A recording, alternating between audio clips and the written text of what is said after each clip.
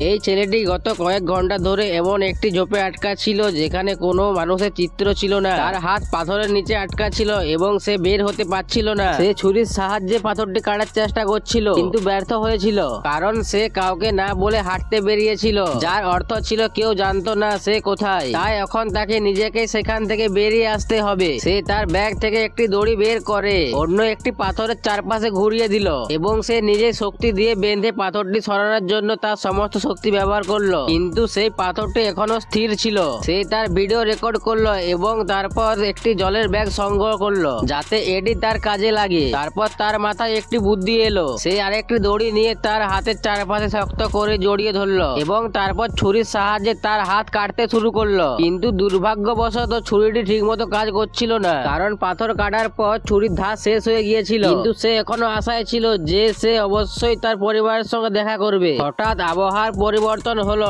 এবং প্রকল্প বৃষ্টি শুরু হলো, যার ফলে নদীতে জলে ভর্তি হয়ে যেতে লাগলো।